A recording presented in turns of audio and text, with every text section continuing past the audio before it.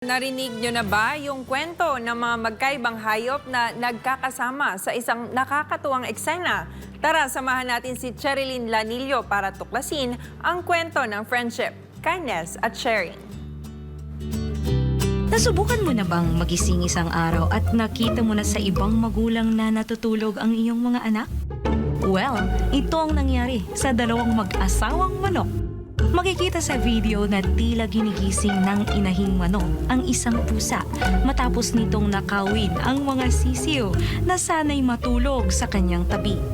Pero kahit anong pilit ng inahing manok na gisingin ito, unbothered pa rin ang pusa at mahimbing na natutulog kasama ang mga sisiw. Pero nung hindi na matiis ng pusa ang manok, ay gumising na ito at kinalmot ang mukha ng inahing manok.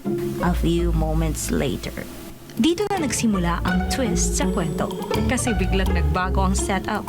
Para lang ma-save ang kanyang mga sisiw, bigla na lang nag-decide ang inahing manok na matulog sa tabi ng pusa. Siguro natulala na ito.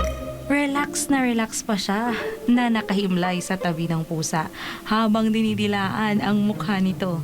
Ang tandang na manok naman, di na alam kung ano ang gagawin. Samantala, may kasabihan na sharing is caring. Kaya itong si Tandang, wagas kung makatuka sa pagkain ng unggoy. Ito namang unggoy, di na nakapagtimpi. Sa inis, kinagat nito ang bibig ng manok. Hoy, ano ba? Nakakailan ka na ha?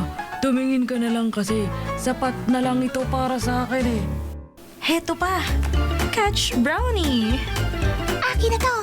Sabi ni Brownie. Di akalain ng aso na sobrang asim pala ng nakagat niya. Ayan, di tuloy mapinta ang mukha. Always remember, mga kapartner, laging mag-share, magpatawan, at maging bukas sa mga bagong kaibigan. Kahit pa sila'y manok, pusa, o iba pang uri ng hayop. Ako si Cherilyn Lanillo, SMNI News.